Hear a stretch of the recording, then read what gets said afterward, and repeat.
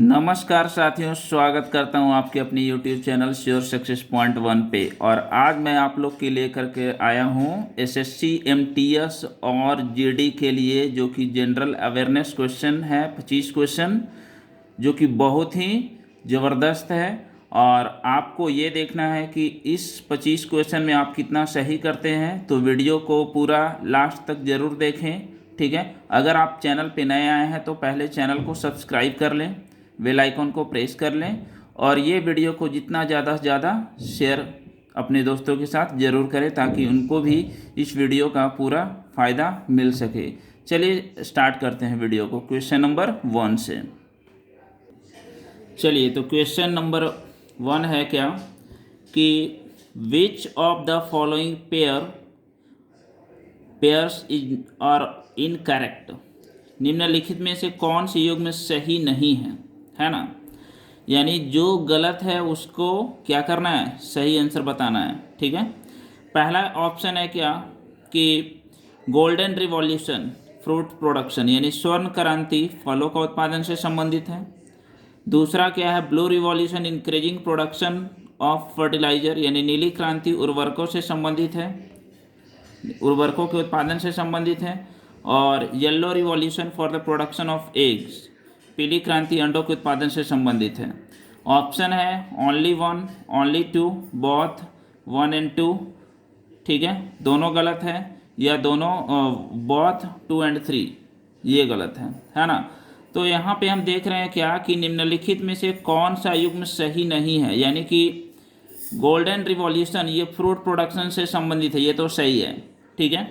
लेकिन दूसरा क्या कह रहा है कि नीली क्रांति जो कि उर्वरकों के उत्पादन में वृद्धि करता है, ये क्या है, गलत है। ये क्या है, गलत है। दूसरा क्या है, पीली क्रांति यानी अंडों के उत्पादन से संबंधित है, ये भी क्या है, गलत है। नीली क्रांति जो है वो मत्स्य से संबंधित है और पीली क्रांति जो है तिलहन से संबंधित है, ठीक है। यानी कि 2 और 3 दोनों गलत है। तो जो ऑप्शन में रहेगा उसको मारेंगे। तो कौन ऑप्शन में, ऑप्शन नंबर 4 में क्या कर रहा है, बोथ, यानी 2 और 3 दोनों गलत है, यानी ये मेरा करेक्ट आंसर हो जाएगा ऑप्शन नंबर 4। चलिए देखते हैं नेक्स्ट क्वेश्चन। चलिए क्वेश्चन नंबर 2 क्या कह रहा है, MTNL निम्नलिखित में से किस श्रेणी में आता है। चलिए इसका ऑप्शन हम दिखा देते हैं। क्या क्वेश्चन था, MTNL, याद रखना है MTNL, ठीक है। ऑप्शन दिखाते हैं क्या है।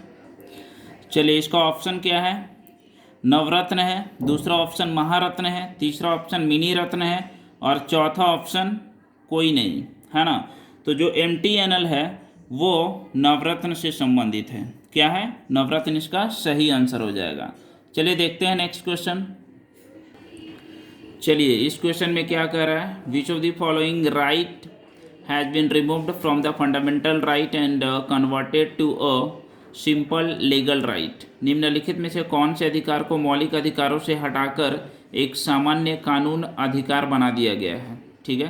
तो ऑप्शन चलिए देखते हैं, right to life and personal liberty, ठीक है, right to life and personal liberty.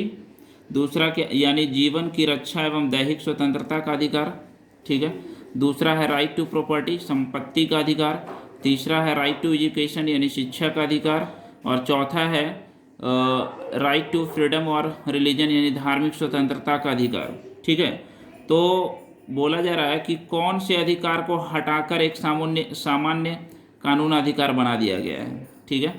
तो इसमें जो ऑप्शन है संपत्ति का अधिकार को, ठीक है, इसको क्या किया गया है, कानूनी रूप से हटा दिया गया है, ठीक है, जो कि 44वां संविधान संशोधन के द्वारा 1977 में इसे हटाया गया था, ठीक है। तो ऑप्शन नंबर 2 मेरा करेक्ट आंसर हो जाएगा, ठीक है।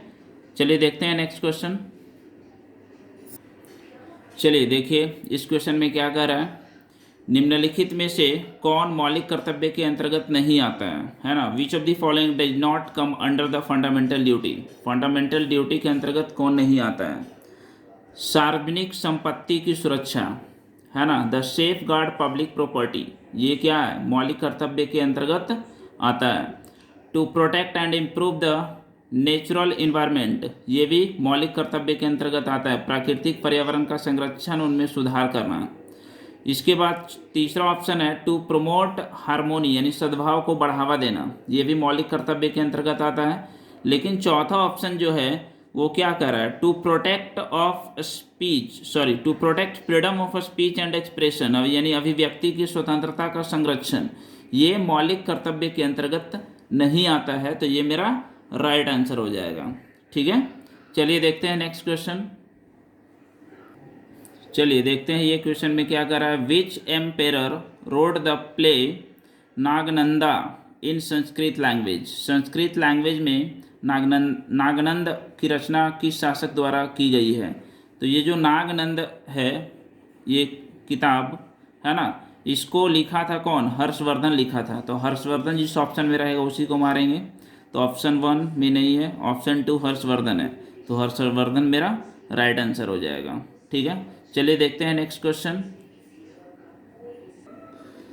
चलिए देखिए इस क्वेश्चन में क्या कर रहा है। The boundary between earth crust and mantle is what, पृथ्वी के भूर परपटी तथा मैंटल के बीच की सीमा को क्या कहते हैं। पृथ्वी का जो क्रस्ट है और मैंटल, इसके बीच का जो सीमा, बीच का जो क्षेत्र है उसको बोलते हैं क्या, मोहो बोलते हैं। क्या बोलते हैं, मोहो। तो मोहो मेरा फर्स्ट ऑप्शन में है, तो फर्स्ट ऑप्शन मेरा राइट हो जाएगा। मोहो असातत्य बोला जाता है। ठीक है, चलिए देखते हैं नेक्स्ट क्वेश्चन। अगला क्वेश्चन क्या कह रहा है कि doldrum pressure belt lie in between which of the following latitude, यानी डोल्ड्रम जो है, ठीक है, दबाव क्षेत्र, वो निम्नलिखित में से दो अक्षांशों के मध्य स्थित है। तो कौन सा दो अक्षांश है। तो ये जो डोल्ड्रम है, ठीक है, ये डोल्ड्रम है जो 5 डिग्री नॉर्थ से 5 डिग्री साउथ के बीच में ये स्थित है ना। तो 5 डिग्री नॉर्थ से 5 डिग्री साउथ के बीच में स्थित है। तो ऑप्शन नंबर 1 मेरा करेक्ट आंसर हो जाएगा। ठीक है, चलिए देखते हैं नेक्स्ट क्वेश्चन। चलिए क्वेश्चन क्या कह रहा है, which component in tobacco makes it harmful for human consumption, तंबाकू का कौन सा घटक उसे मानव उपयोग के लिए हानिकारक है ना। तो तंबाकू में क्या पाया जाता है, निकोटीन पाया जाता है, जो कि वही क्या है, ह्यूमन के लिए बहुत ही खतरनाक है। तो निकोटीन जिस ऑप्शन में है, कौन सा, सेकंड ऑप्शन हो जाएगा इसका करेक्ट आंसर।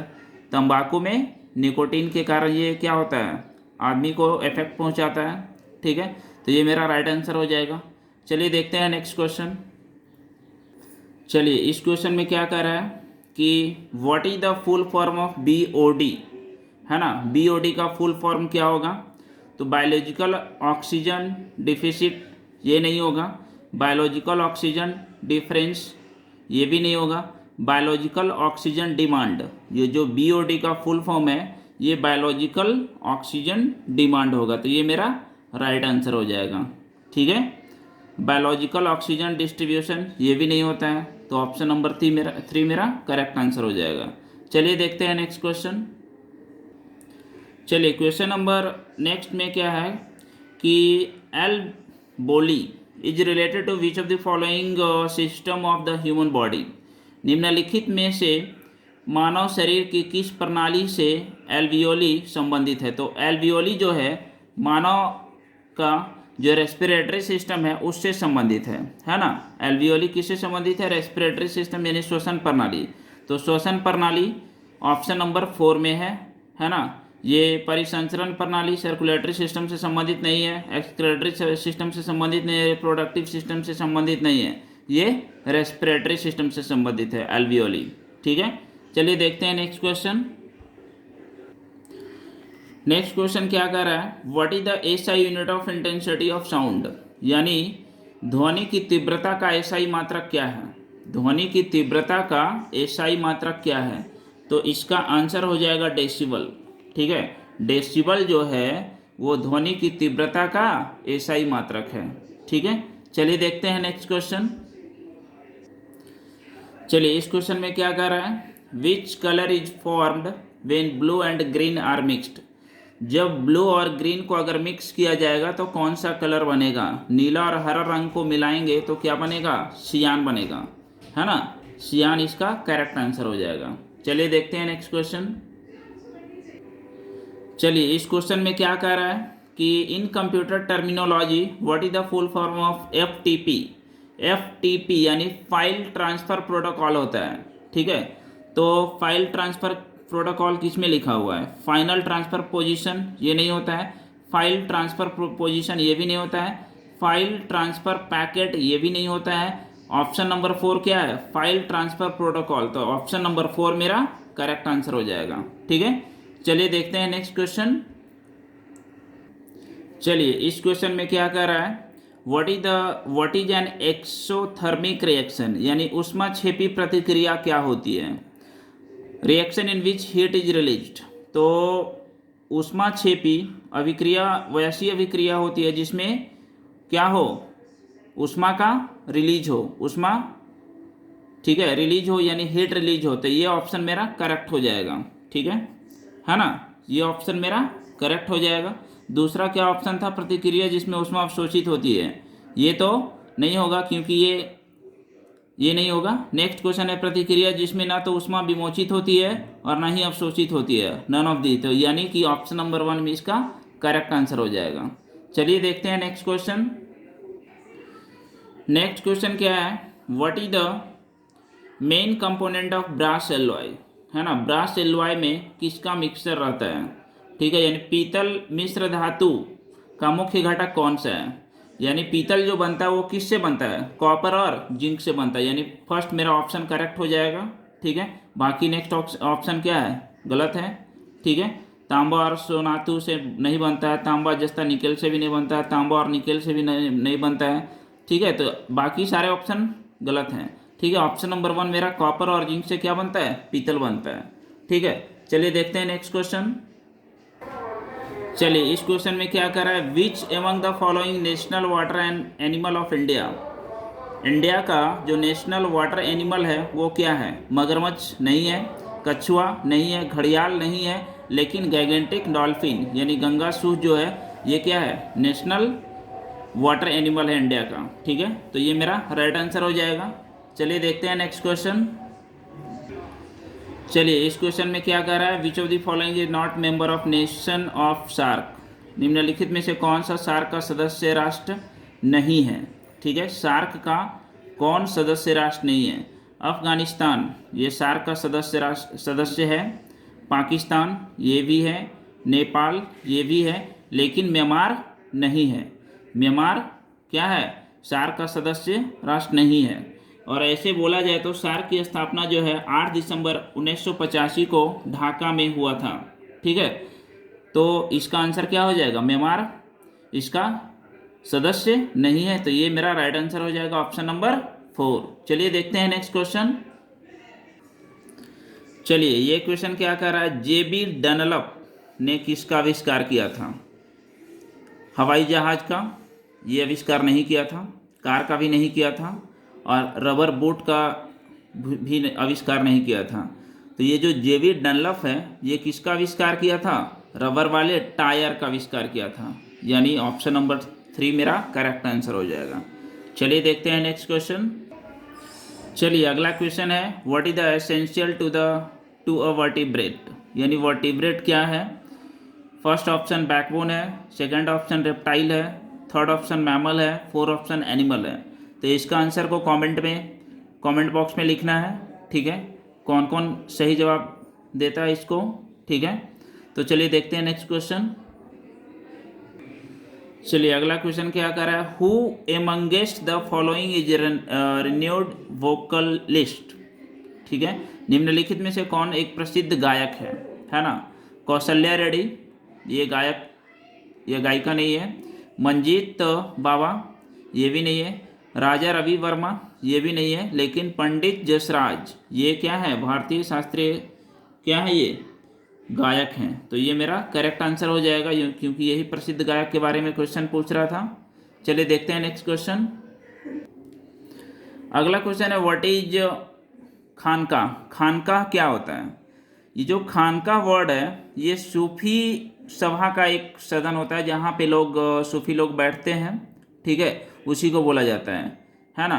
तो गोदाम तो हो नहीं सकता है, फैक्ट्री भी नहीं हो सकता है, और ये नन ऑफ दी तो है ही नहीं, लेकिन फर्स्ट वाले ऑप्शन जो है बिल्डिंग फॉर सूफी गैदरिंग, है ना, जहाँ पे सूफी लोग बैठते हैं एक साथ, उसको बोलते हैं खानका। तो खानका मेरा ऑप्शन नंबर 1 इसका करेक्ट आंसर हो जाएगा। ठीक है, चलिए देखते हैं नेक्स्ट क्वेश्चन। क्वेश्चन क्या कह रहा है, how many Anglo Indian members can be nominated to the Lok Sabha. कितने आंग्ल भारतीय सदस्यों को लोकसभा में मनोनीत किया जाता है। तो इसका राइट आंसर हो जाएगा ऑप्शन नंबर 3 यानी कि 2। ठीक है, आंग्ल भारतीय सदस्यों में लोकसभा में मनोनीत किया जाने वाले संख्या कितना है, 2। ठीक है, ये राइट आंसर हो जाएगा। चलिए देखते हैं नेक्स्ट क्वेश्चन। तो नेक्स्ट क्वेश्चन है, सेवाग्राम इज एसोसिएटेड विथ, यानी सेवाग्राम जुड़ा है किससे, बाबा आमटे से, महात्मा गांधी से, अन्ना हजारे से, या कोई नहीं। तो जो सेवाग्राम है ये महात्मा गांधी से जुड़ा हुआ है, तो इसका राइट आंसर हो जाएगा 2। ठीक है, चलिए देखते हैं नेक्स्ट क्वेश्चन। चलिए इस क्वेश्चन में क्या कह रहा है कि मैच द फॉलोइंग, है ना, निम्नलिखित का मिलान कीजिए। सबसे पहला क्या है, बांग्लादेश, ये इधर देश है और इधर मुद्रा है, यानी इधर कंट्री और इधर करेंसी है। बांग्लादेश है, म्यांमार है, मालदीव है, भूटान है। तो हमको ये पता है कि बांग्लादेश की मुद्रा को क्या बोला जाता है, टका बोला जाता है, यानी एक का जो क्या किससे मैच होगा, टका, यानी एक का सी हो जाएगा, इसका सी हो जाएगा। म्यांमार का मुद्रा को क्या बोला जाता है, क्यात बोला जाता है, तो क्यात बोला जाता है, यानी कि इसका डी हो जाएगा। मालदीव की मुद्रा को रूफिया बोला जाता है, क्या बोला जाता है, रूफिया, यानी रूफिया किस ऑप्शन में, बी ऑप्शन में, तो इसका बी हो जाएगा। और उसके बाद भूटान के मुद्रा को क्या बोला जाता है, न्यूगल्ट्रम बोला जाता है, न्यूगल्ट्रम, यानी ए ऑप्शन, तो यानी सी डी बी ए किस ऑप्शन में दिख रहा है, CDBA, यानी ऑप्शन नंबर 3 मेरा राइट आंसर हो जाएगा। ठीक है, तो ये था कुछ क्वेश्चन जो कि SSC MTS और SSC GD के लिए बहुत ही इम्पॉर्टेंट है। और ये वीडियो को अगर देख रहे हैं तो सबसे पहले क्वेश्चन को खुद से बनाने का कोशिश करें। ठीक है, उसके बाद आंसर को देखें और फिर कमेंट बॉक्स में ये लिख करके बताएं कि आपने कितना सही किया है। ठीक है, तो मिलते हैं नेक्स्ट वीडियो में, है ना। Thanks for watching video.